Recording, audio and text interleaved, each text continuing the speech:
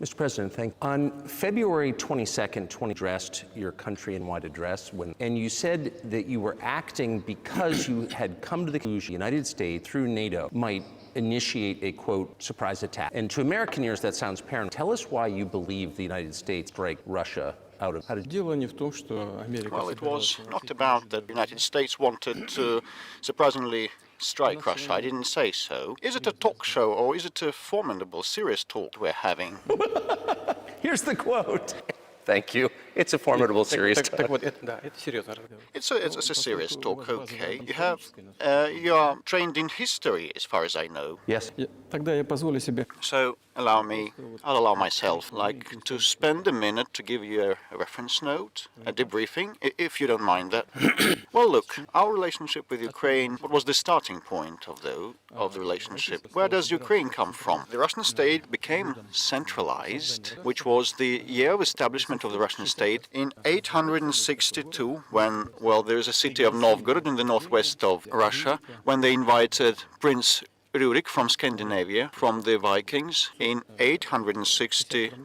In 1862, 1,000 years since the establishment of the statehood was marked, and there is a memorial dedicated to that in Novgorod. In 882, the successor of Rurik, Prince Oleg, who actually was a regent to Rurik's young son, came to Kiev. He ousted two brothers that had been in the past members of the crew of Rurik, and so there were two centers of the statehood, in Kiev and in Novgorod back then. The next red letter date was 888, the conversion into Christianity, when Prince Vladimir accepted Eastern Christianity, the Orthodox faith, in Kiev. Since then, the centralized power in Russia got entrenched with a single territory, a single economy, one and the same language. And after the baptism of Rus, they had the same faith and the rule of Grand Prince,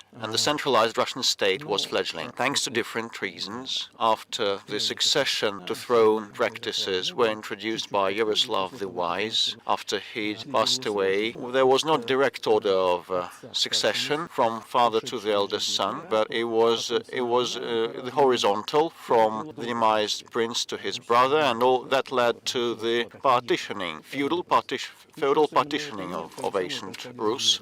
Same happened in Europe. It was a natural process, but that partitioned state, Russian state, became and fell prey to the empire established by Genghis Khan, and Khan Party came to Rus, pillaged all the cities, and different cities like Kiev and others lost their independence, while northern cities of Russia preserved part of their sovereignty. They paid tribute to the EU, and later the centralized Russian state became fledgling in northwestern part of Russia, and the southern lands of Russia were gravitating towards another center, the one of Europe, the Grand Lithuanian Duchy, the Lithuanian-Russian Duchy, as the ethnic Russians constituted a big part, and they were Orthodox in faith, and they spoke the ancient Russian language then there. But later, Poland, the Kingdom of Poland, and the Grand Duchy of Lithuania were unified, and another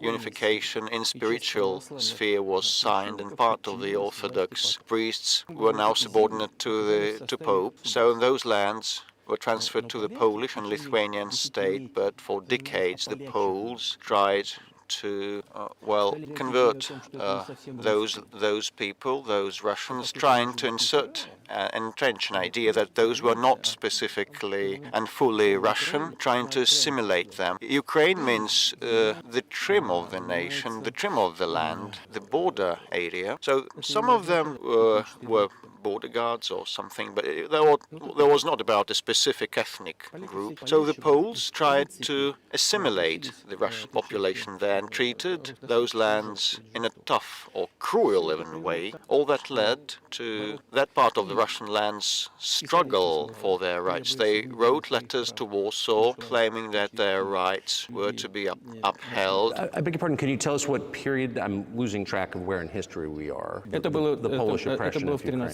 It was in the 13th century, 13th century, 14th century, 13th century. And I'll tell you what happened later, and I'll keep track of the dates. In 1654, or a bit earlier, the people who controlled power in that part of the Russian lands addressed Warsaw, claiming that some Russian ethnicity and Orthodox rulers would be sent to govern them, and Warsaw declined and rejected that, and then they turned to Moscow, so that Moscow would establish its power over them. I'm not inventing things, don't you think? I'll give you these documents.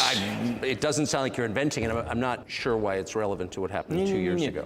Well, still, these are copies from the archive with letters from Bogdan Khmelnytsky, the one who controlled that part of the Russian lands that is now called Ukraine, and he wrote to Warsaw claiming that the rights be upheld, and when he was rejected, he received a refusal, he started writing to the Tsar of Moscow, wishing to be part of the Russian lands. And there is a translation in Russian and in English probably. Russia would not accept them straight away because they feared that a war with Poland would be unleashed. 1654, the Zemsky Council decided that this part of the ancient Russian lands be accepted as part of the new Russian land. And the war with Poland began, and it lasted for 13 years, and afterwards a truce was enacted after this 1654 act. 32 years afterwards, the eternal peace with Poland was established and proclaimed. And all the left bank of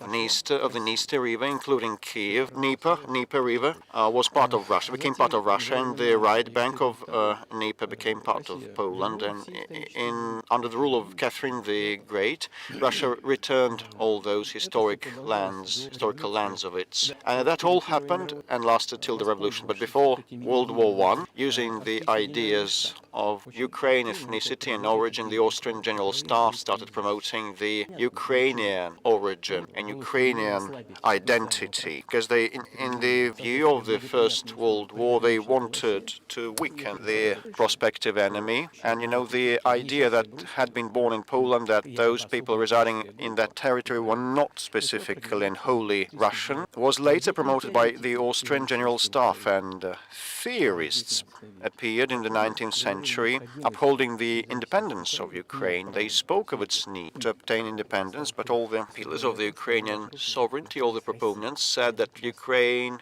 was to have a very good relationship with Russia. They insisted on that. Well, after the revolution of the 1917 happened, Bolsheviks tried to restore the statehood, and the civil war began, including a standoff with Poland.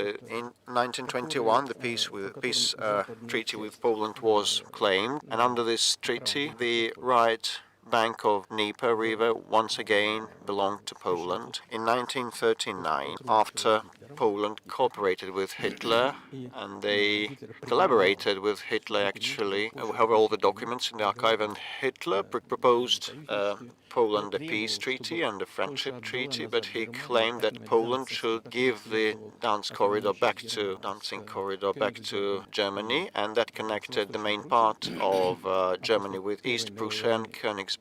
And after the First World War, that part of territory was transferred to Poland, and instead of Danzig, the city of Gdansk appeared. It was renamed. So Hitler asked them to give it amicably. They refused, but still they collaborated with Hitler, and they together partitioned Czechoslovakia. You're making a case that Ukraine, certainly parts of Ukraine, Eastern Ukraine, in fact, Russia has been for hundreds of years. Why wouldn't just take it? When president, you have nuclear weapons, they don't. If it's actually your land, why did you wait so long? I'll tell you. I'm coming to that. This debriefing is coming to an end. It might be boring, but it explains many things. How it's relevant. Good. I'm so gratified that you appreciate that. So before World War II, Poland did not accept the claims of Hitler, the demands of Hitler, but participated in partitioning of Czechoslovakia, but it did not give the Danzig corridor to Germany. The Poles played too much, and As a result of that, Hitler started the war with them, against them. On the 1st of September 1939, it was Poland turned uncompromising, and Hitler had to begin with Poland and the USSR. I have read some archives. The USSR behaved in an honest way. The USSR asked Poland's permission to transit their troops through the Polish soil to help Czechoslovakia. But the then Polish foreign minister said that even if Soviet planes would fly over Poland, they would be downed. He said, but that doesn't matter. What matters is that the war began, and Poland fell prey to their own policies against Czechoslovakia. According to the Molotov-Ribbentrop Pact, part of that territory now belonged to Russia, including Western Ukraine. And Russia, that was then named the USSR, came back to its historical lands. And after the victory in the Great Patriotic War, as we call World War II, all those territories were enshrined to belong to the USSR, finally and definitively. And actually, Poland, as a compensation, received the originally German Western lands, the eastern part of Germany, part of the eastern part of Germany, some segments. These are now Western lands of Poland, and it once again received the part of the coastline of the Baltic Sea, and the Danzig once again was renamed to become Gdansk. So this is how the whole situation happened. And when the USSR was established in 1922, Bolsheviks started establishing the USSR, and they established the Soviet Ukrainian Republic that was not existent before, hadn't existed before. And Stalin insisted that those republics would become autonomous entities. Unfortunately, strangely,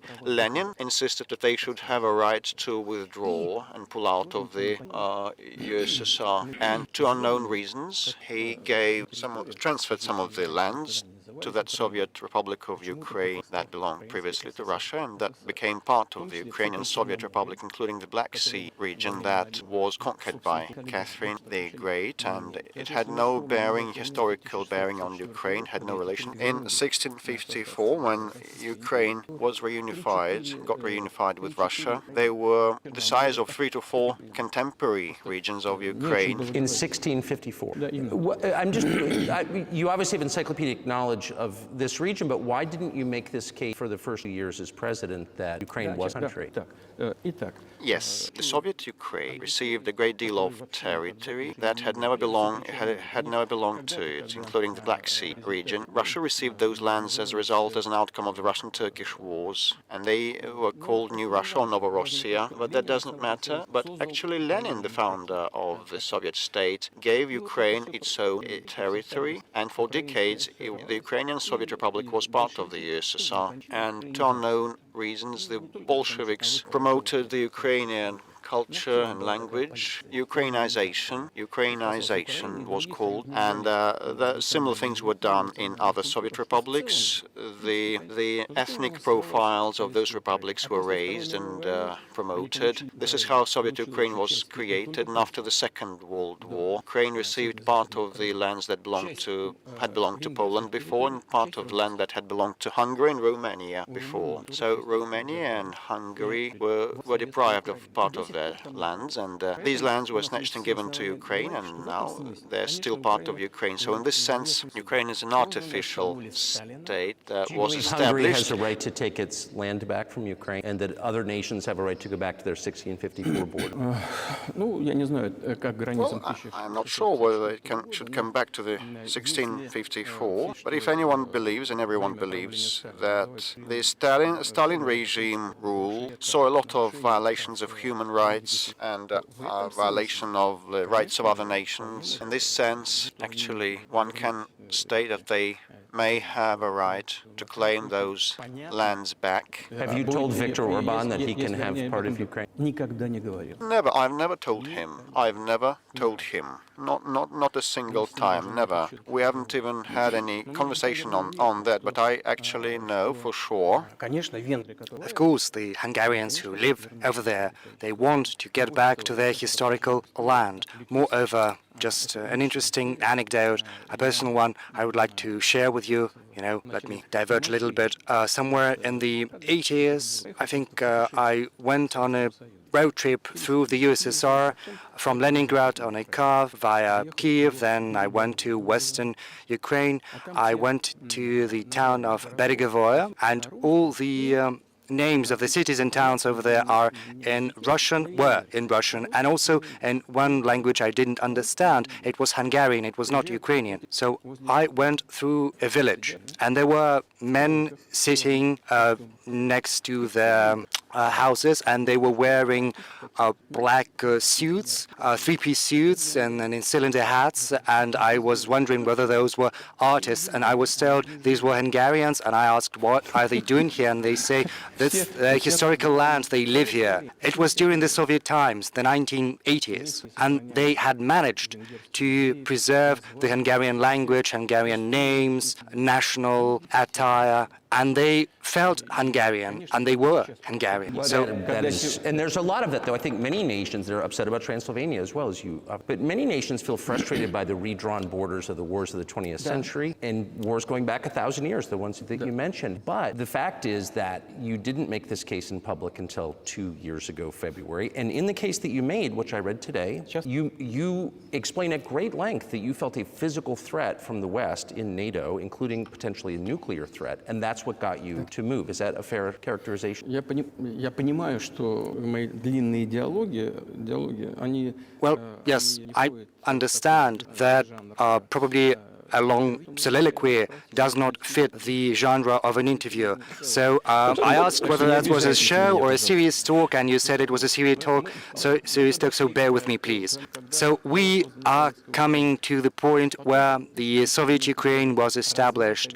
Then in 1991, the Soviet Union collapsed, and everything that Ukraine had got as a gift from Russia, well, it took with it. And generally, I'm coming to the current point in time. The collapse of the Soviet Union was basically the initiative of the Russian leadership. I do not understand what they were thinking back then, but I suspect that there were several elements to their rationale, several reasons. First, I believe that the then Russian leadership thought that the fundamental basic relations between Russia and Ukraine, such as common language, because 90% back then spoke Russian, familial ties, because, 1 in 3 Russians have families or some other ties in Ukraine, common culture, common history, common religion. These are fundamentals, also being in one single state for hundreds of years.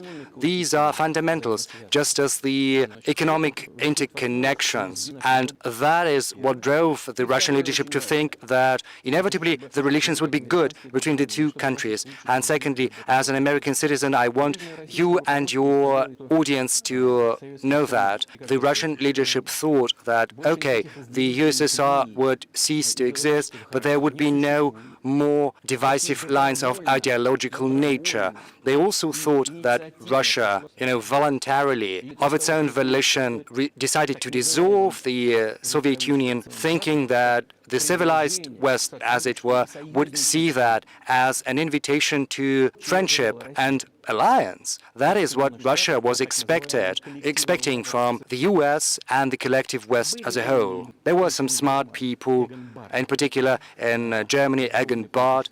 He was a prominent politician from the Social Democratic Party, and in personal talks with the Soviet leadership before the collapse of the Soviet Union, he was insisting that a new collective security system should be established in Europe. Yes, he thought that help should be given to the reunified Germany, but also it was supposed to create a security system involving the US, Canada, and he said if NATO would expand, then it would be back during the Cold War, but only closer to Russia's border. He was very smart, but no one listened to him. And, we've got some talks from archives, and he got angry. He said, if you don't listen to us, I am never setting my foot in Moscow once again. He was very frustrated with the Soviet Union, and his prophecy came true. Yeah, well, of course, it did come true, and you've mentioned this many times. I think it's a fair point. And many in America thought that relations between Russia and the United States would be fine with the collapse of the Soviet Cold War, that the opposite happened. But you've never explained why you think that happened, except to say that the West fears a strong Russia, but we have a strong China the West seemed very afraid of. What about Russia, do you think, convinced policymakers they had to take it down? The West is afraid of a strong China more than it fears a strong Russia, because it's just 150 million people in Russia and it's 1.5 billion people in China, and also China's economy is growing at more than 5% a year. So the potential is enormous. You know, Bismarck used to say the most important thing is the potential, and China potentially is the biggest economy in the world in terms of purchasing parity. It's outstripped the US. But let's not talk about who is afraid of whom. Let's not talk in such terms. Let's get back to the fact that after 1991, when Russia expected that it would be inducted into the brotherly nation of civilized nations, it didn't happen. Well, you tricked us. Well, I'm not talking about you personally. I'm talking about the US. We were promised that NATO would not expand eastwards, but there were 5 waves of expansion. And we bore with that. We tolerated that. We were trying to reason with them because we were saying, we are like you right now. We are, a capitalist economy. Let's come to terms. Let's find an agreement. Let's look at Yeltsin times. There was a moment when, the gray cat crossed our path, as it were. Yeltsin came to the US, he spoke in Congress, he said the good words, and these were the signals. These were the signals telling you, let us in. But then, remember the developments in Yugoslavia. Before that, Yeltsin was lavished with praise, but then he raised his voice in support of Serbs, and we couldn't but do that. Yes, I understand there were some complex processes underway, but Russia couldn't help raising its voice in support of Serbia because Serbia is a brotherly nation, also an Orthodox culture. So Yeltsin spoke in favor of Serbia. But what did the US do? In violation of international law and the UN Charter, they started bombing Belgrade and the US, and it was the US that let the gin out of the bottle. Moreover, when Russia was indignant, when it was protesting, it was told that the international law and the UN Charter had become obsolete. Right now, they're all referring to international law, but back then they were saying that the international law was obsolete.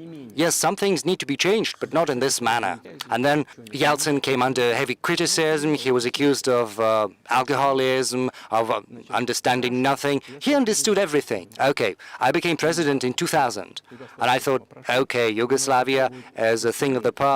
Let's give a shot at rebuilding the relations. Let's reopen the door that Russia had tried to go through. Moreover, I said that publicly, and I can reiterate, there was a meeting here in the Kremlin with the outgoing president of the US, Bill Clinton. We sat in the room next door, and I told him, Bill, what do you think? If Russia asked to be admitted into NATO, do you think it would happen? He said, it's interesting. I think yes. But in the evening, when we had another meeting for dinner, he said, I've talked to my team. No, not going to happen, not now. So you can ask him. I think he'll watch this interview. I wouldn't have said anything like that if it hadn't happened. Were you sincere? Would you have joined NATO? Listen, I asked a question. I said, is it possible? And the answer was no. But if he had said yes, would you have joined NATO? If he'd said yes, then the process of rapprochement would have commenced, and it might have happened in the end if there were some sincere wish on this side of our partners, but it didn't happen. Okay. Why do you think that is? Just to get to motive, I know you're clearly bitter about it. I understand. But why do you think the West rebuffed you then? Why the hostility? Why did the end of the Cold War fix the relationship? What motivates this from your... Вы сказали, что я испытываю горечь. You said that I feel bitter because of that rebuffal. No, that's not bitterness. I'm just stating the facts. Because, we're not bride and groom. These are not the terms we've got to use in speaking about such matters. We understood that they were not expecting us there. Okay, we said, let's build relations in another manner. Let's look for common ground elsewhere. Why we got that negative response, you should ask your government. I could only guess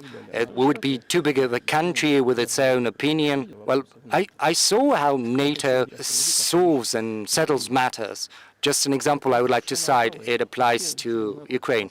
The US says something and all the rest just tune in and they follow and they wake. I'm not going to open any secret to you or say anything new, but, after that conversation, we made different attempts at building relations. Just to cite an example, during the events in the Middle East and Iraq, we were building our relations with the US in a very prudent, cautious manner, and I always asked the US not to support separatism in the Northern Caucasus, but they still continued with that financial information support, even military support. And that support was flowing in from the US and from its satellites, support towards terrorist bands in the Northern Caucasus. I once talked to a colleague of mine, a president of the US, and I raised that issue, and he said, it's impossible. He said, do you have proof? And I said, yes, I have proof, and I gave that proof to him. And do you know what his response would be? He said, I would give him a good thrashing. That's what he said, kick their ass, he said. And we were waiting for some response, reply, and I asked a colleague from FSB, to contact his counterpart in the US. And we've got the response, basically, from the CIA and the archives. And the response goes as follows. So, yes, we have worked with the opposition forces in Russia, and we think it is the right thing to do, and we will continue doing that. Just ridiculous. We understood that no serious conversation could be... Forces in opposition to you. So you're saying the CIA is trying to overthrow your government? Конечно, имелось в виду... Well, of course, in that particular case, what they meant were the separatists, the terrorists that were fighting us in the Northern Caucasus. That is who they called the opposition. Это вот второй момент. That's the second moment. Another aspect. Also very important. I'm talking about the setting up of the US ABM system. The very beginning of that. We long tried to persuade them to not to do that. I got an invitation from Bush Sr. He invited me to visit his place on the ocean, and we had a very serious conversation with President Bush, with his team. So I proposed the following. I said the US, Russia, and Europe should should set up a joint shared ABM system against the threats against our security. Even though, the official statement of the US was that the ABM system they were setting up was against Iran, the threat of Iran. So I suggested, why not join forces together, the US, Russia, and Europe? And I got a very interesting response. They asked me, are you serious? Let me ask, what year was that? Ну, я не помню. Well, I don't remember. We can look it up on the internet when I was in the US at the invitation of Bush Sr. And it's easier to learn from someone I'm going to tell you about in a sec. And they told me, yes, that is a very interesting proposal. And so I said, just imagine if we can solve this strategic task together, the world would change. Yes, we would probably have differences, economic differences, political differences, but we would drastically change the situation of the world. And they asked me, are you serious? And I said, yes. They said, we need some time to think. And I said, okay, go ahead. And then, at this very room where we're talking, we got former CIA Director Gates and also State Secretary Rice. They sat here opposite from me at this table.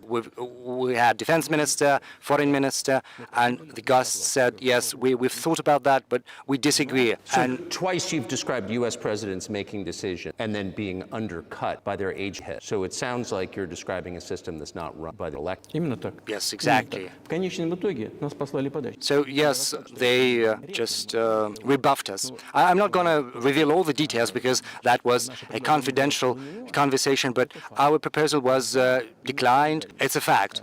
And I said, okay, listen, but in that case, we will have to come up with a response, and we'll have to come up with offensive systems that are capable of overcoming your ABM systems. And they said, your systems are not against you, and we'll assume that yours are not against us. And we had to come up with the hypersonic intercontinental missiles, and we continue to develop this technology, and we are ahead, everyone in the world, in terms of hypersonic offensive systems, and day in, day out, we are perfecting these systems. We proposed that another path should be followed, but our proposal was rejected. Now, as for the NATO expansion eastwards, they promised us that they wouldn't move an inch to the east, but it was not enshrined on paper. So there were 5 waves of expansion, and the Baltic states did join, and Eastern Europe in general. And now I'm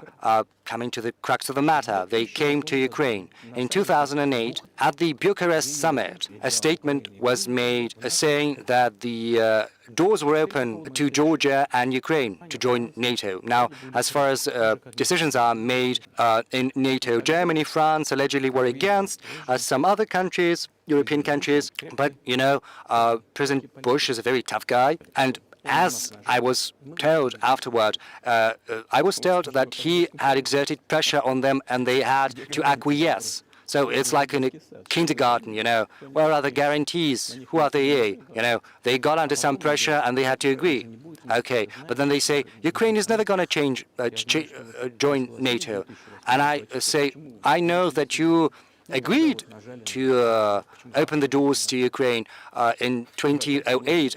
There is no guarantee that you're not going to do the same sometime in the future. So I don't know whom to talk to over there. We are willing to talk, but who to?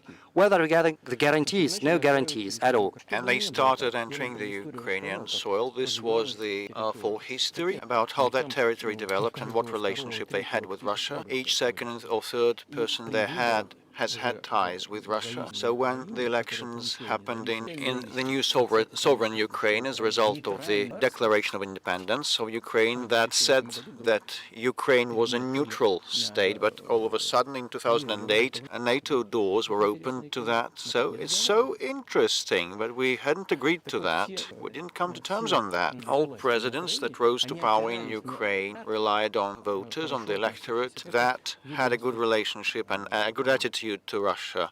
The southeast of Ukraine had always had a good attitude to Russia, and it was very difficult to dissuade this electorate. And Mr. Yanukovych rose to power afterwards there. He won the election after Kuchma, and the rerun was organized. There was not enshrined in Ukrainian constitution. This was a coup, actually, a coup d'etat. Just imagine someone in the United States wouldn't like the outcome. No, prior to that, before. So after President Kuchma retired, Yanukovych won the election, but his opponents did not acknowledge his victory, and the United States backed the opposition, and a rerun was held, which actually was virtually a coup d'etat, and the United States backed that. And as a result of this rerun, like fancy someone doesn't like the outcome of the American election, and a rerun happens that is not enshrined in the American Constitution. So Viktor Yushchenko rose to power in Ukraine. He was a pro-Western politician. Well, anyway, we established some working contacts with him. He came to visit us, and we went to Kiev. We had meetings informally also. Well, let them be pro-Western, okay? Let them do what they want. They should have their own domestic developments independently. After he ruled that country, things deteriorated there, and as a result, Yanukovych once again came to power. He may not have been the best president. I'm not sure. I wouldn't like to give any assessments, but the matter of the association with the EU was brought up. We always were quite loyal on that. Okay, but when we read the draft agreement, it turned to be a problem for us because us and Ukraine had a free trade area, an open customs borders, and Ukraine had, according to that association agreement, opened their borders to Europe, and that would flow to our market duty-less. And then we said we'll close our borders with Ukraine, our customs. And Yanukovych started doing his reckoning and counting whether Ukraine will lose or gain. And he stated to his Ukrainian counterparts that he had to think, and destructive opposition activity began straight away. And it ended up with Maidan, with a coup d'etat in Ukraine. So he did more trade with Russia than with the EU. Ukraine did. Yes, of course. It's not about the volumes of trade, the quantities. It's about the cooperation ties that the Ukrainian economy relied upon. And those cooperation ties between enterprises and factories had been there since the Soviet times, like an enterprise would produce components for final assembly, both plants in Ukraine and Russia, and there was very close cooperation, but a coup d'etat happened afterwards. It was perpetrated, unfortunately. Well, I wouldn't like to speak of details, but the United States said, you calm Yanukovych down and it would mollify the opposition. They said, let it drift. They said, towards a political settlement. We said, okay, we are in agreement with that, let it be so. And Yanukovych checked to apply for armed forces or police, while the armed opposition in Kiev perpetrated a coup d'etat. How can I reckon that and assess that? Who are you? I asked the United With States. the backing of whom? With the backing of CIA, definitely. This is an entity that you wanted to become part of. Thanks goodness you were not accepted. Although it's a serious entity. My ex-counterparts, I worked first office, main director of the Soviet intelligence service, and they were our opponents. Well, this is work. Well, technically they did the right thing. They attained what they wanted, the outcomes they wanted. They changed the power in Ukraine, but politically it was a blunder, a colossal blunder, and the political leadership probably should have calculated otherwise, and they were to have thought what it would lead to. In 2008, they opened doors of NATO to Ukraine. 2014, a coup d'etat was perpetrated with their help, and this was a coup d'etat, and those who did not recognize this coup d'etat were persecuted, and they created a threat to Crimea and had to take Crimea under our protectorate. They began warfare in Donbass, applying artillery and aviation against civilians in Donbass. We have the footages with fighter jets bombing Donetsk, flying over that, and they had a major military operation. They failed and had another one and another one against the backdrop of military development of that territory of NATO and open doors of NATO. So we actually had to express our concerns. Otherwise, it would be negligence, criminal negligence on our part. It would have been criminal negligence because the American leadership, political leadership, drove us to the borderline that we could not overstep, and that would destroy Russia. And we had to support our creed mates, our faith mates. But that was 8 years before the current conflict started. So what was the trigger for you? What was the moment where you decided you had? Well, the trigger was the coup d'etat in Ukraine, and representatives of 3 European nations came then, Germany, Poland, and France, and they acted as guarantors of the agreement subscribed between Yanukovych and the opposition, and they put their signatures as guarantors. Despite that, the opposition perpetrated that coup, and these countries pretended they were not the guarantors. They were oblivious, and they threw it to the dustbin. I'm not sure whether there is any knowledge in the United States about the guarantors and this agreement between opposition and the Yanukovych government.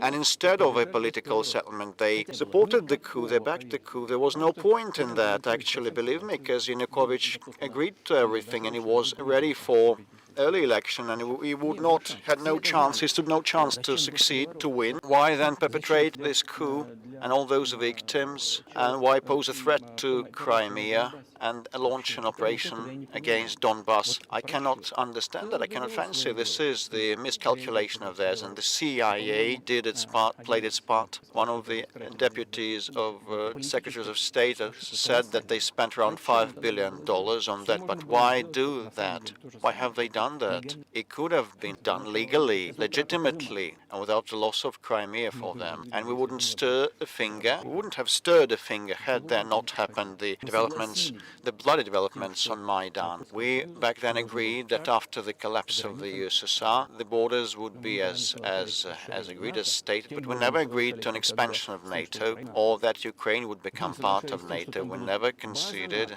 and accepted that there would be NATO military bases there without any talks with us. We kept begging for decades, don't do this, don't do that. This actually acted as a trigger to the recent development, and with respect to the recent development, the leadership of Ukraine stated they would not abide by the Minsk Accords that were signed after the developments of 2014 in Minsk, with a plan laid out for peaceful settlement in Donbass. And the today's Ukrainian leadership, their foreign minister and other officials and the president said they didn't like a thing about the Minsk package of measures, and they would not stick to them. And the former leaders of France and Germany said that around a year ago, said in public, worldwide, that they had signed that agreement, but they had not been going to execute to fulfill that. You know, they pulled our leg. Was there anyone for you to talk to? Did you call a U.S. President's Secretary of State and say, if militarizing Ukraine with NATO forces, We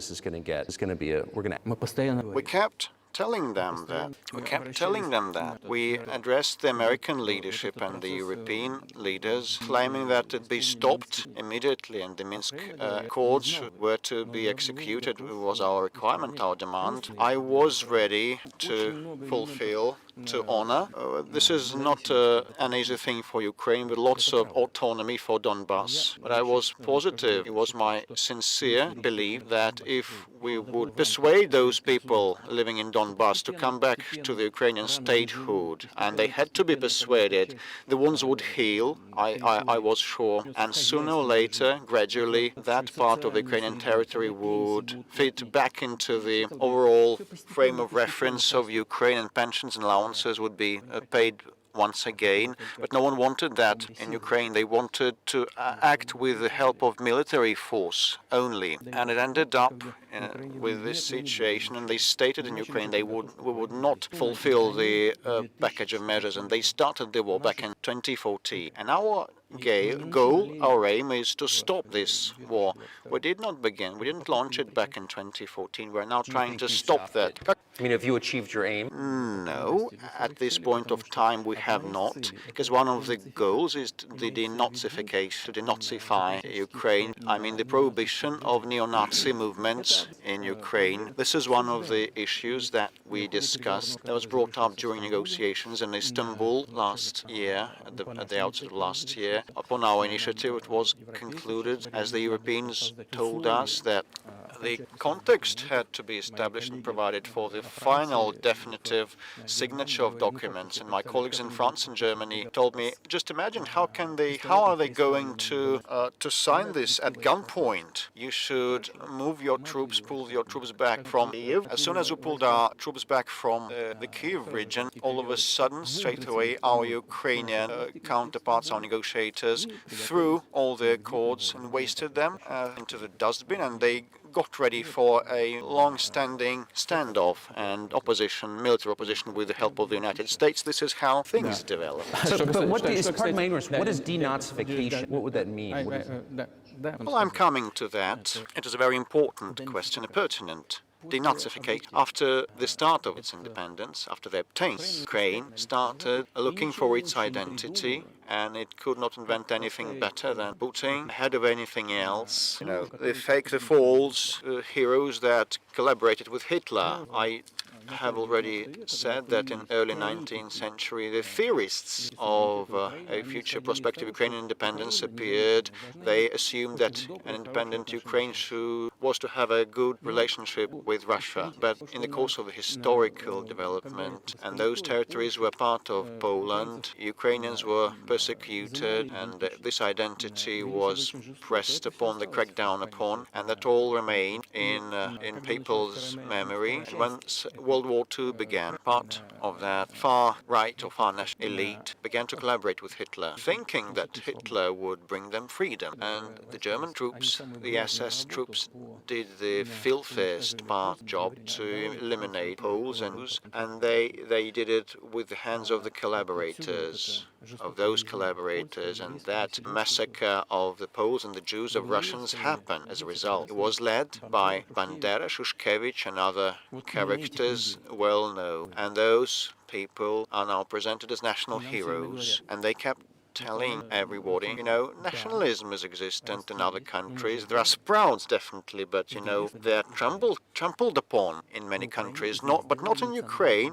In Ukraine, they're converted in national heroes. They're turned in national heroes, and monuments are erected to them. They are put on banners. Their names are chanted by the torch processions across the country. But those had annihilated, eliminated, exterminated Poles and Russians and Jews, and probably this glorification should come to an end. Any nation, I'm saying that they're part of Russian people. They're saying that we're a separate nation. If they believe to be a separate nation, they have a right to think so. Not, however, building upon the Nazi ideology. Like, look at the French Would you president. be satisfied with the territory that you have? Нет, закончим. Вы же задали вопрос. Let me conclude the previous thought. You asked me about neo-Nazism and denazification. So, like the Ukrainian president came to visit Canada, it is well known, but it's hushed in the West, and they introduced a person in the Canadian Parliament, and that person, as the Speaker of the Canadian Parliament said, that this person waged warfare against Russians during World War II. Who were those who waged war against Russians? Hitler and his collaborators. And it turned out that he was part of the SS troops. He personally killed and slaughtered the Russians and the Poles, and the SS troops made out of Ukrainian nationalists did the dirty and filthy job, and the Ukrainian president rose together with the rest of Parliament of Canada, and he applauded this person. How can you imagine? How can you fancy that? And he is a Jew by ethnicity.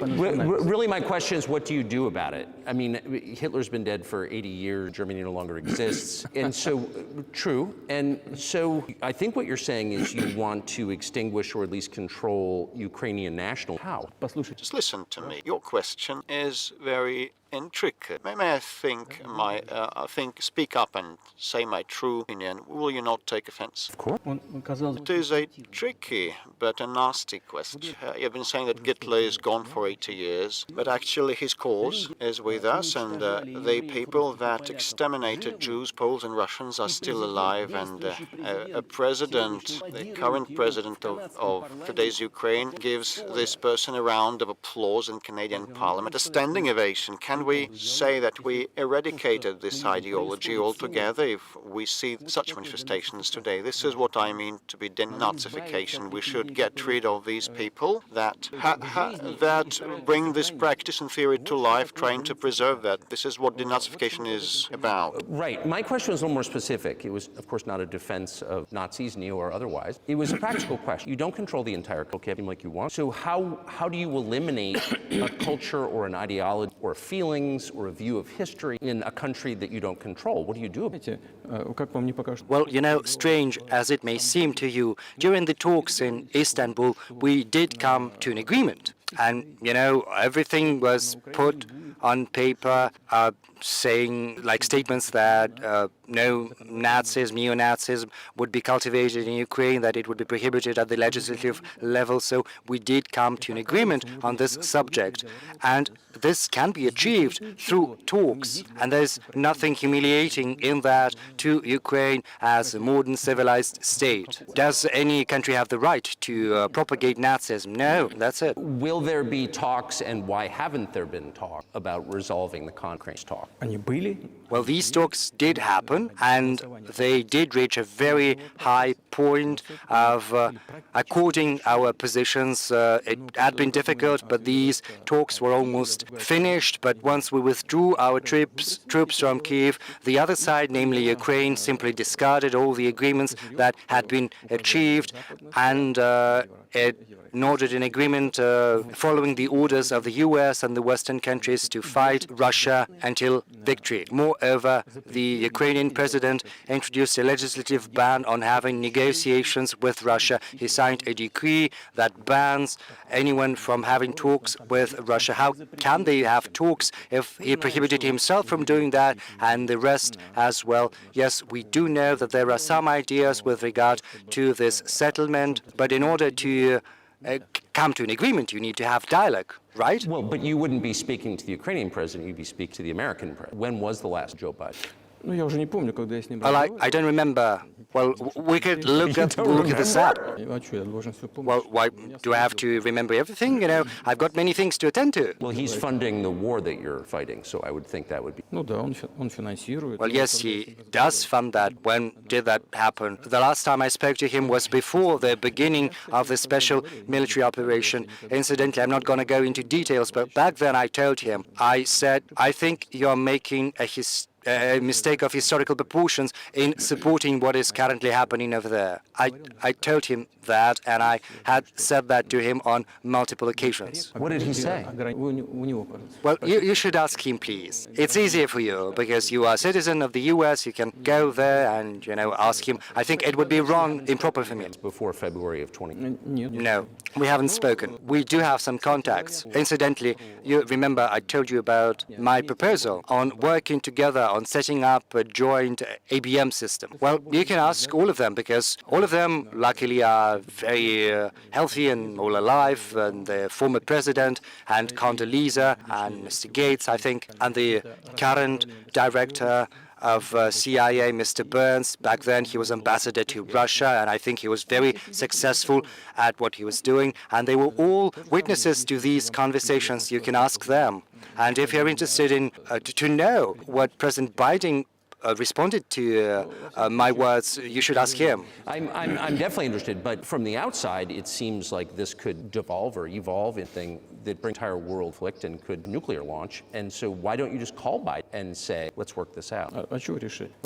Solve this how? Solve what? Because everything actually is very simple. We've got contacts at the level of different agencies, and you know, I'm going to tell you what we're trying to, what kinds of signals we are sending to them.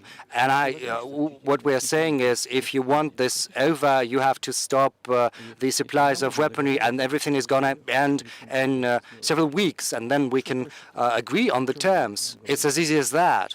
So no need to call for that. Asking them for that for what? Because yes, they are gonna supply this and this weaponry to Ukraine, and well, we're not afraid. Okay, do that. Do you think NATO is worried about this becoming a global war or a nuclear conflict? Во всяком случае, они... Well, anyway, they're talking about that, and they're trying to intimidate their own population using an alleged, made-up Russian threat. And still, thinking people and analysts, those who work in politics, understand full well that this threat is simply fabricated. They're trying to fuel the Russian threat. What threat. you're referring to is a Russian invasion, Poland, Latvia, expand behavior. Can you imagine a scenario where Russia to Poland? Только в одном случае. In only one case, if Poland decides, if it invades Russia, because we have no interests in Poland or in Latvia, so why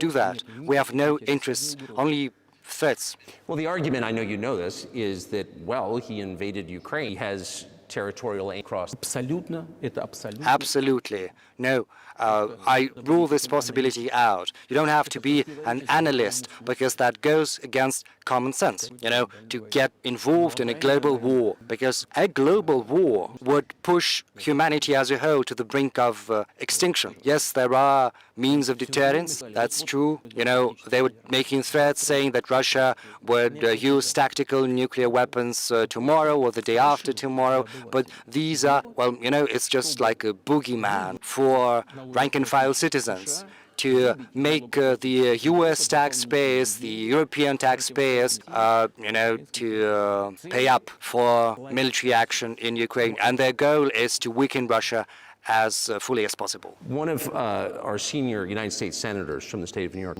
said yesterday that we have to continue to fund the Ukraine effort or U.S. soldiers, citizens wind up fighting. How do you assess that? Это провокация. I think it's provocation and a cheap one to boot. I don't understand why American soldiers would have to fight. You know, there are mercenaries from the U.S. in Ukraine.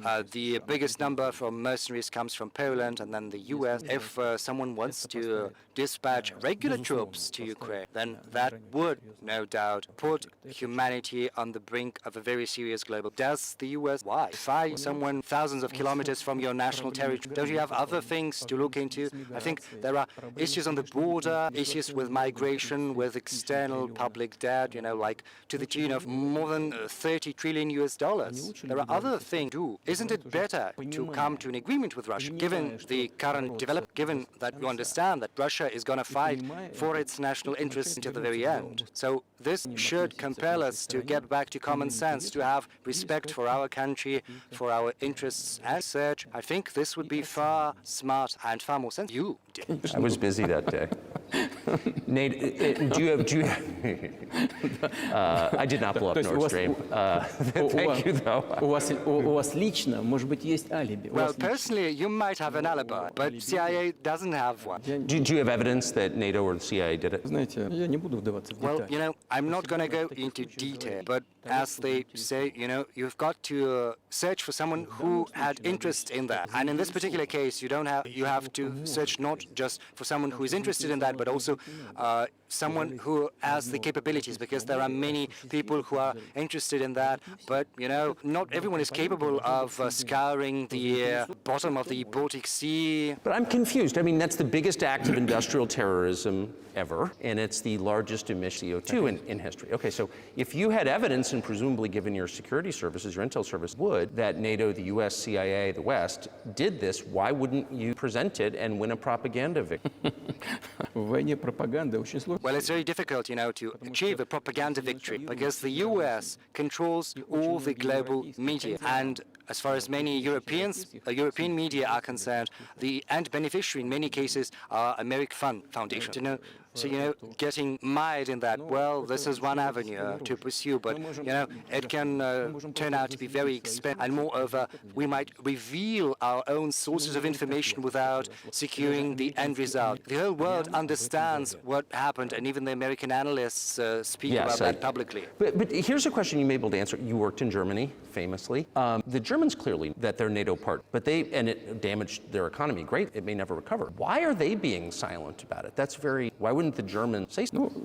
Меня это тоже удивляет. Well, I'm as confused as you are, but the current German leadership is not guided by national interests. What it's guided by is the interests of the collective West. Otherwise, it would be very difficult to explain the rationale for their action or omission to act. Well, yes, Nord Stream 1 was blown up, Nord Stream 2 has been damaged, but one of the strings is still very much alive, and you can get gas through this line, but they're not getting that.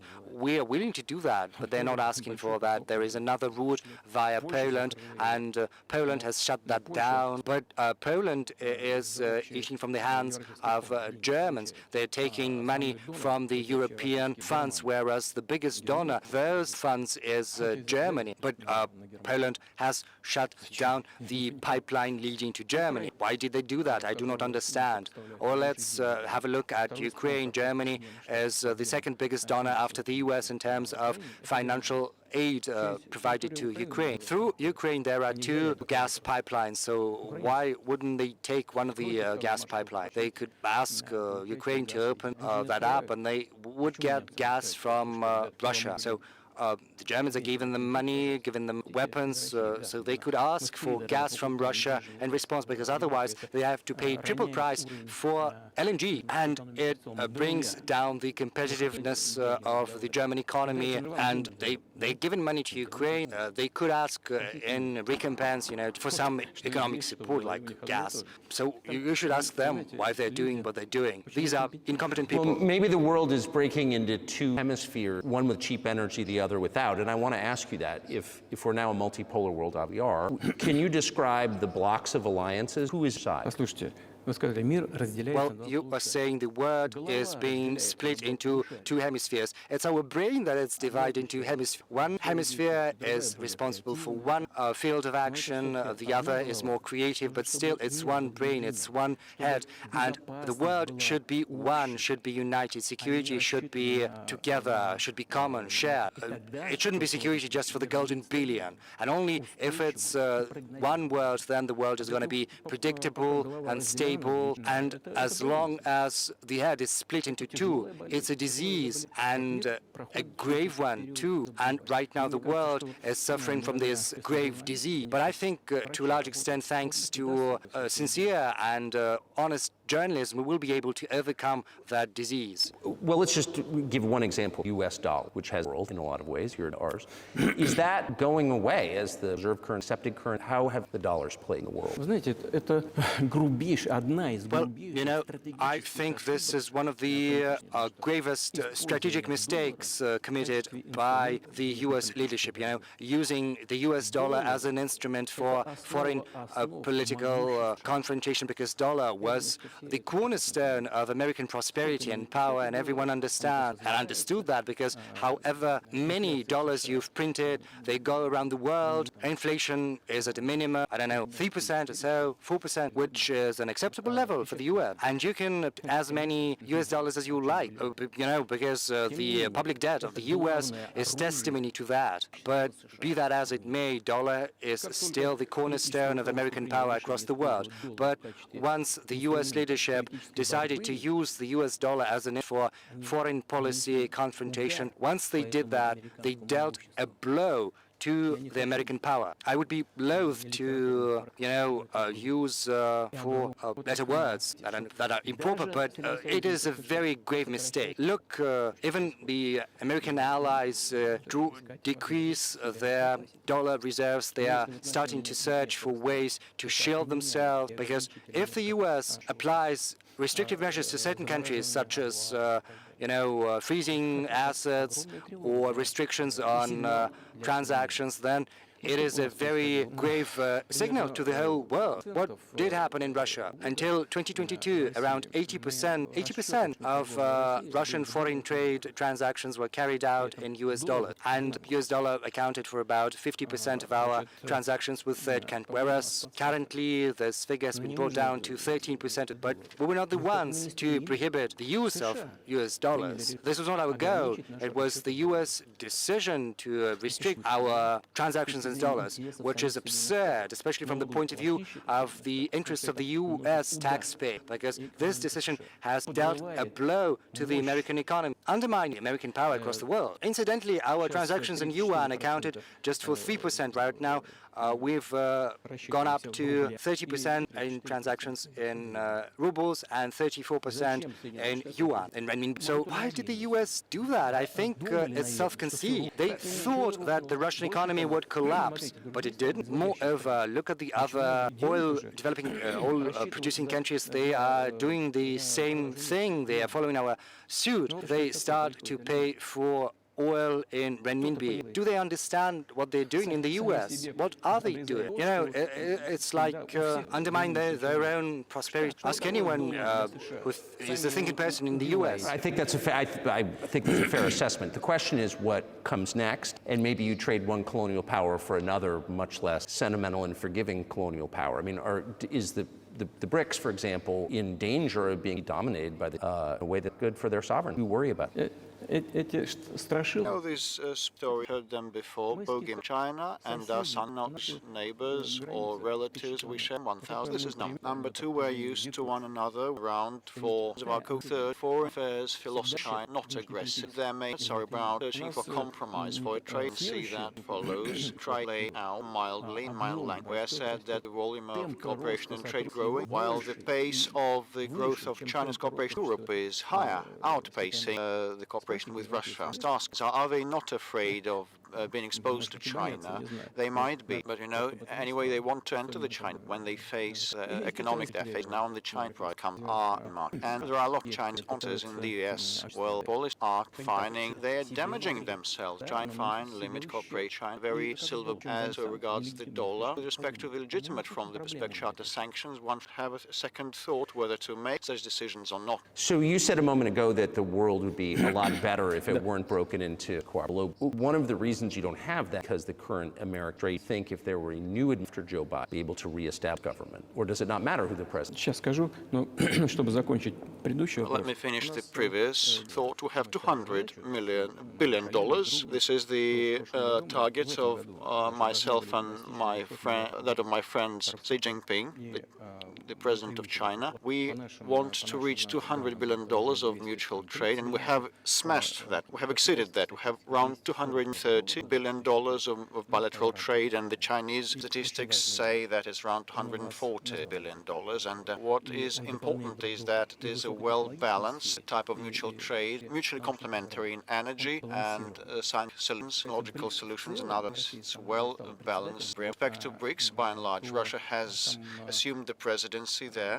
BRICS countries, our powerhouse economy is rapidly developing. Oh, I hope my memory wouldn't let me down. In 1992, the G7 countries' proportion in global economy equaled around 47%. 1992, it slumped down to 30-something%, while the BRICS share was 16% in 1990. Now, excess of the G7 share in global economy, and that has nothing to do with Ukrainian development. The global trend manifests themselves in this way. This is inevitable. This will keep happening. It's like the rise of the sun. You cannot prevent the sun from rising. You have to accommodate and adjust the United. How does the United States accommodate that? With help of force, sanction, pressure, bomb, armed forces apply. Where this is about conceit. Your political elite does not understand that the world has been changed. It is an objective process, natural process, and you have to make proper decisions, timely decisions to preserve its level of dominance. And such gross actions would lead to the opposite results. This is obvious today. You've just asked me whether another administration in the US would change things. It's not about the leader, the personality or administration. I had a very good relationship with George Bush, and I know that in the United States he is treated as a simple countryside guy that has little idea of things, but it's not true. And with respect to Russia, he did a lot of mistakes. Also, I told you about the Bucharest summit of NATO in 2008 to open doors to Ukraine. But it was under Bush, and he put pressure on the Europeans. But actually, I had a good personal relationship with them, interpersonal, and it was no worse than any other American or Russian or European politician. He knew what he was doing, as well as other people. I had a good relationship with Donald Trump. It's not about the personality of the leader, it's about the sentiment of the leader. If the American society has the prevalence of domination at all costs with the help of resorting to force, things will deteriorate, keep deteriorating. But if they come to a conclusion, they come to infer that the world is changing and that is a natural process that cannot be helped, they have to adjust themselves using the advantage that the American nation still has. In this case, something will change for the better. The Chinese economy has become number one by PPP. They have outpaced the US in volumes. And then there is India, 1.5 billion people living there. And then comes Japan, fourth, and Russia is fifth global largest economy. Last year it became the largest economy in Europe, despite all the restrictions and sanctions. Do you think it is natural? A lot of sanctions are exerted against us. We have been disconnected from SWIFT transaction system, and our ships are under sanctions, our vessels. oil-carrying vessels and aircraft of ours. The biggest number of sanctions in the world is applied against this country, and we have become the biggest economy of Europe over that period of time. The instruments and the policies of the United States are ineffective, so they should think what to do. If they come to understand that, I mean, the elites, the ruling classes, things will improve, and the leader of the country will probably act in the interests of the voters and the decision makers at different levels. But you're describing two different systems. You say the leader acts in the interest of the voters, but you also say these decisions are not made by the classes. You've run this country for so long, known all these presidents. What are those powers? Like, who actually makes the decision? I don't know. America is a very complex system. On the one hand, it's conservative. On the other hand, it has been changing rapidly, and it is hard to have an exact idea of what is happening, and each state has its own legislation, each state has its own regulation, and they can bar candidates from elections, and they have the two-tier electoral system. It is very hard to know it quite well. There are two main parties, dominating parties, the bipartisan system, and there is the decision-making center. But anyway, look, after the collapse of the USSR, there was an erroneous, unfounded policy against Russia, the policy of pressure.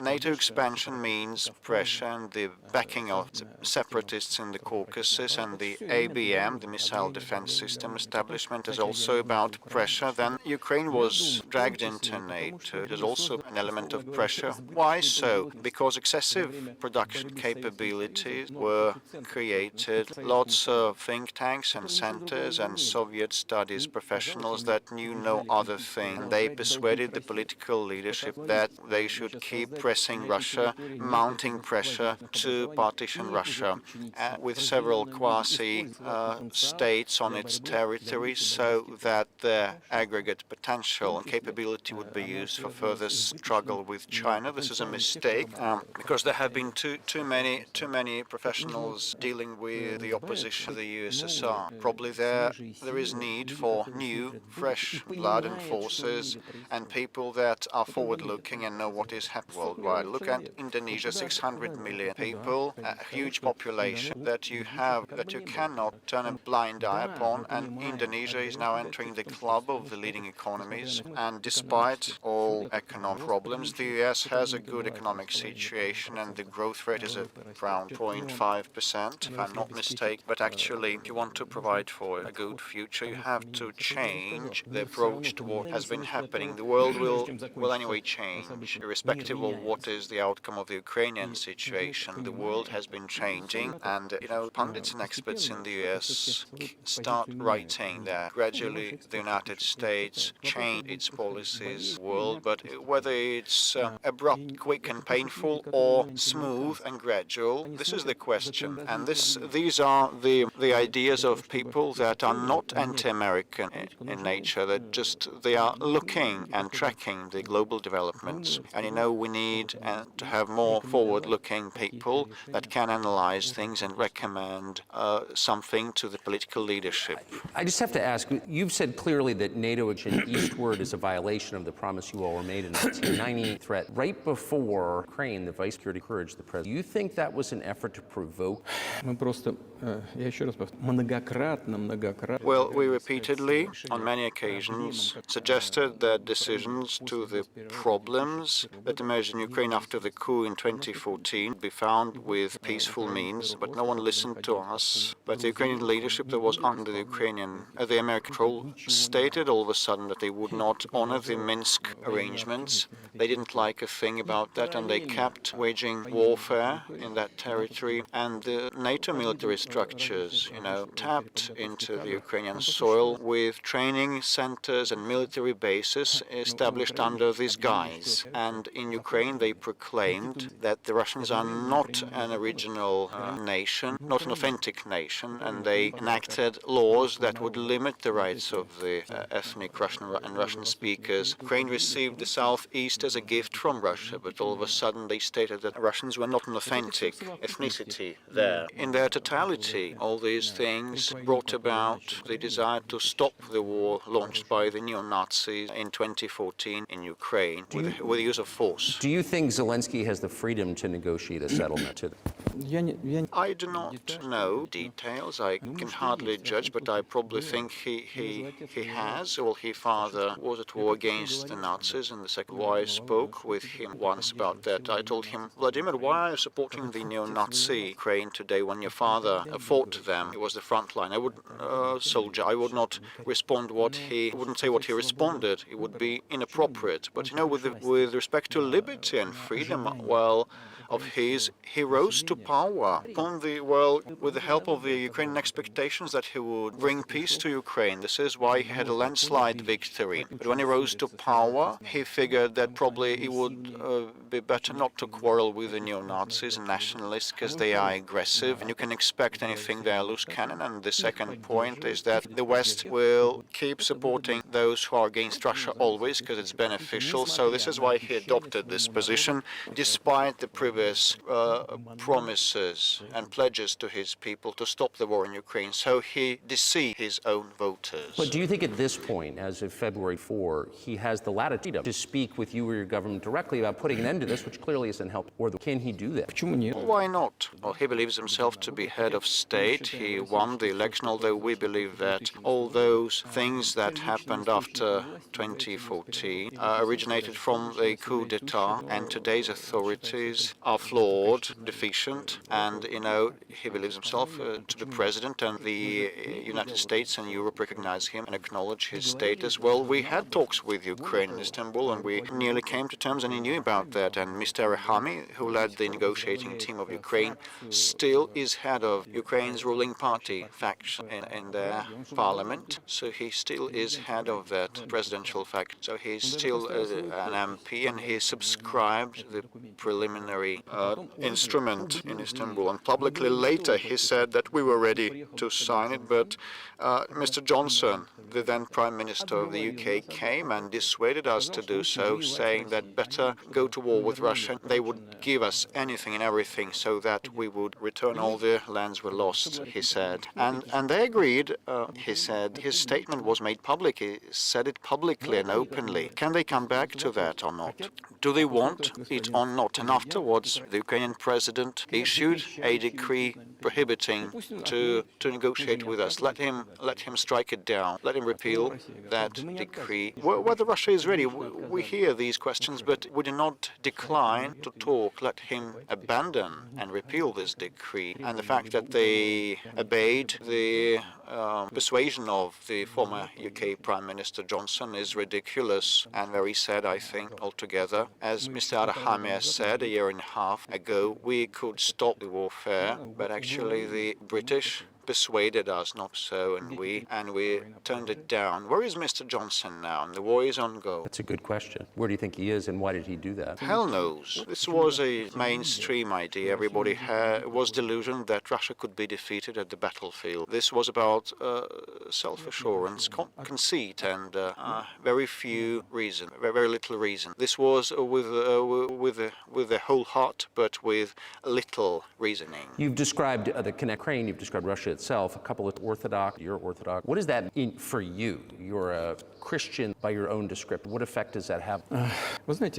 Well, you know, as I mentioned previously, in 988, Prince Vladimir underwent baptism as his grandmother Olga had done, and then his armed troops also got converted, and then other Russians converted into Orthodox Christianity. It took some time, and then it put some roots, very deep roots, in the minds of Russian people. When Russia expanded, taking in other nations and peoples professing Judaism, Islam, Buddhism, Russia was always very loyal to those who followed other religions. And this was the source of Russia's power.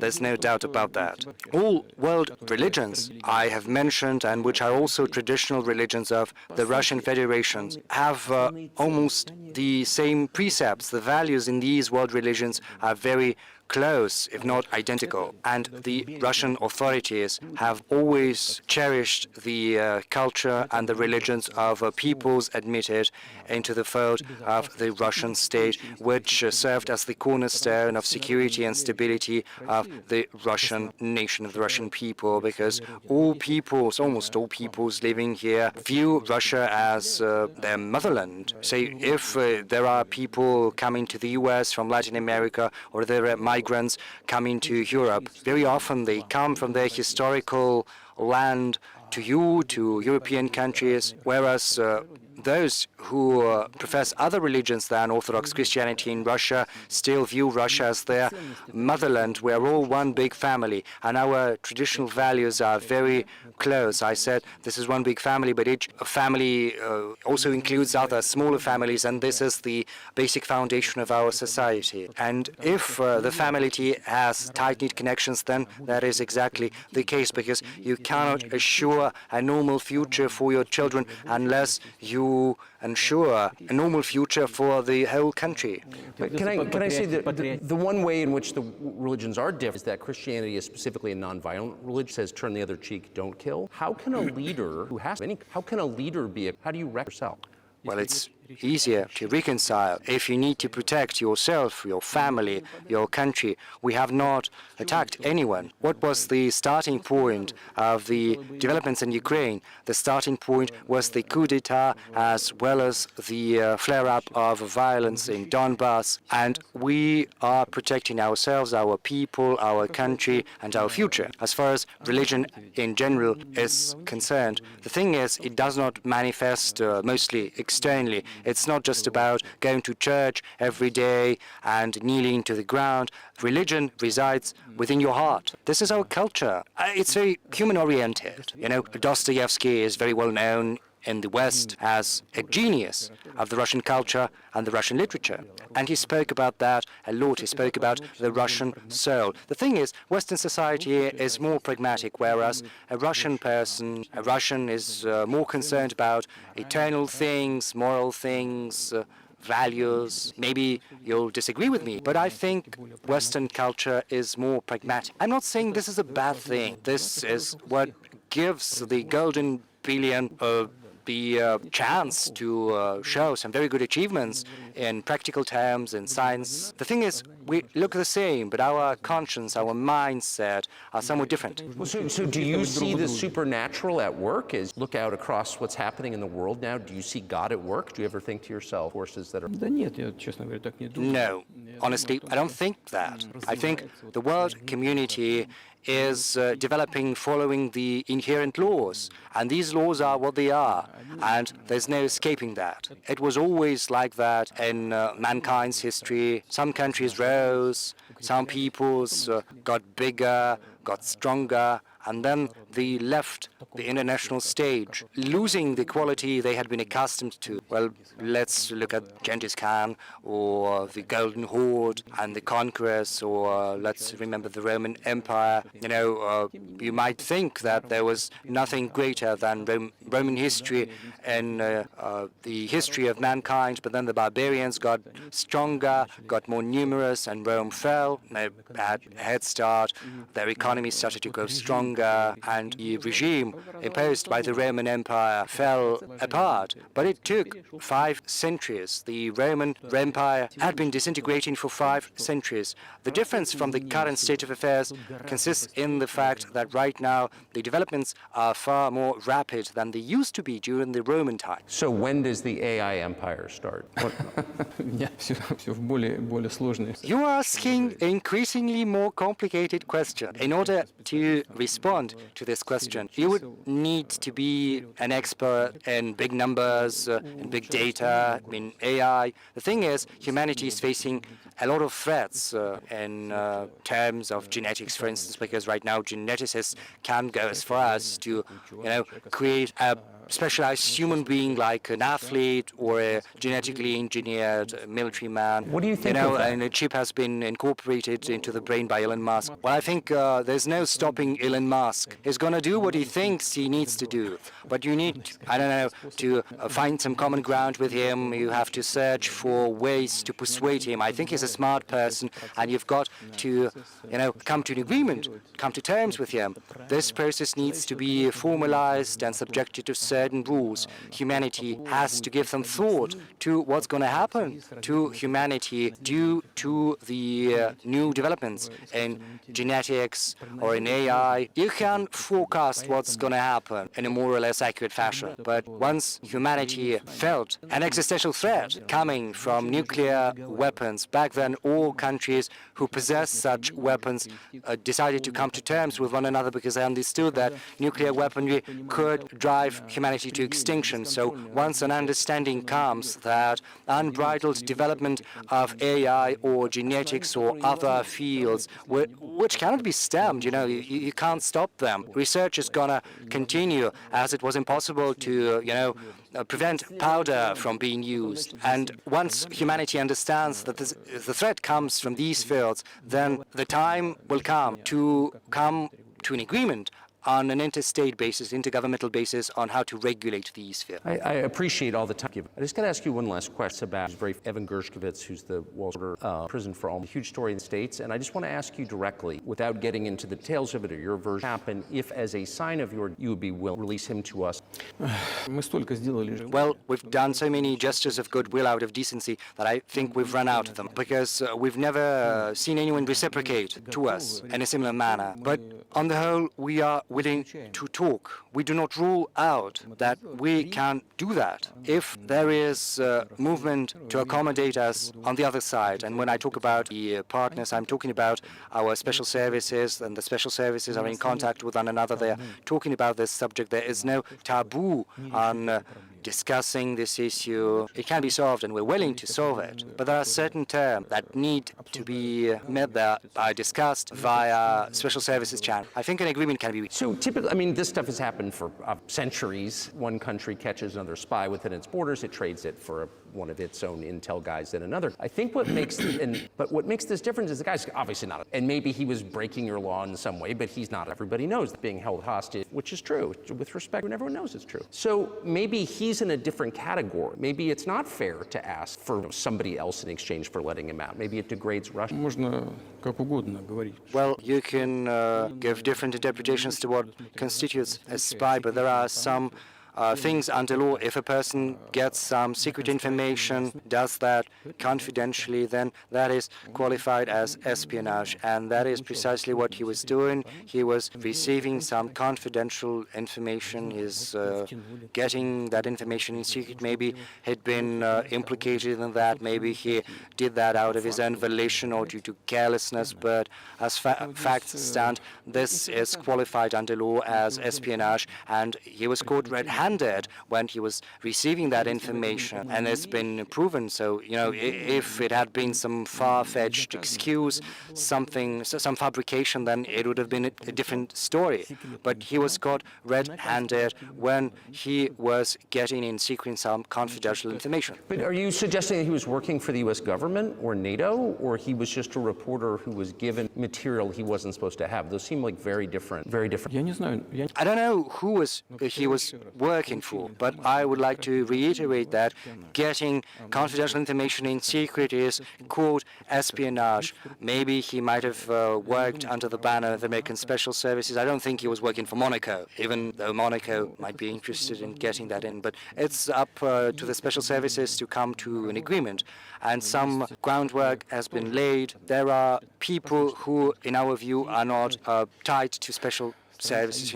There is a person serving a sentence in an ally country, in a country that is an ally of the U.S., and that person, due to patriotic sentiment, eliminated some bandits in one of the European capitals during the developments of the Caucasus. Do you know what he was doing? I don't want to say that, but I'll do that anyway. He was laying our soldiers taken prisoner on the road, and then he drove his car over their heads. What kind of a person is that? Do you think that's a human being? And, a patriot decided to eliminate that beast, and one of the European countries, he did that on his own volition or not? Well, that is a different question. Yeah, but Evan Gershkovich didn't do that. I mean, that's a completely different, the 32-year-old, newspaper reporter. He is not just a journalist. He's a journalist who was getting confidential information in secret. Yes, that's different, but still, I'm telling you about other people who are basically controlled by the U.S. authorities, wherever they are serving a prison sentence. And there is an ongoing dialogue among the special services, and this has to be done in a calm, responsible, professional manner. The contacts are ongoing, so let them do their work. I do not rule out that the person you've referred to can go back to his country, Mr. Gershkovich. Moreover, it would be senseless to keep him in prison in Russia. But we want our counterparts, the special services in the U.S. should also think about helping our special services in achieving their goals. So we are willing to talk. Moreover, these talks are continuing, and there were many successful examples of these talks crowned with success, and maybe this is going to be crowned with success as well, but we have to come to an agreement. I hope you let him out. Mr. President, thank you. Well, I would also want him to go home, and I'm absolutely sincere with you. But let me say once again, the dialogue continues. The more public we render things of this nature, the more difficult it becomes to resolve them. I wonder if that's true with the war, though. Also, I mean, I want to ask one more question, which is, and maybe you don't want to say so for strategic reasons, but are you worried that what's happening in Ukraine could lead to something much larger and much more horrible? And how motivated are you to call the U.S. government and say, well, listen, I think I said that. We do not refuse to talk, to negotiate. We're willing to do that. It's the Western side, and Ukraine is a satellite country for the U.S. It's evident. I don't want you to take that as a swear word. No, but we understand that is what is happening. The financial support is there. It's enormous. Germany is following suit. Dozens of billions of U.S. dollars are fueled into Ukraine. There's a huge influx of arms, of weapons. So probably you should tell the current Ukrainian leadership, well, let's stop, let's sit at the negotiating table, rescind this absurd decree. Sure, but you already said it. I didn't think you meant it as an insult, because you already said correctly, it's been reported that Ukraine was prevented from negotiating a peace settlement by the former British Prime Minister acting on behalf of the Biden administration. So of course they're a satellite. Big countries control small countries. That's not new. And that's why I asked about dealing directly with the Biden president. Well, if Zelensky administration in Ukraine refuses to talk, then I think they've got the instructions from Washington. That's what I assume. Well, you should explain to Washington that this is not the right pretext. They have to, come up with some explanation which is not gonna insult anyone. So it was not our decision, it was their decision, and it is up to them to rescind that decision, to go back on it. But they took the wrong decision. So why we are the ones to find out a way out. We don't need to correct their mistakes. If it's their mistake, they have to correct it themselves. So I just want to make sure I'm not misunderstanding what you're saying. I don't think that I am. I think you're saying you want a negotiated settlement to what's happening.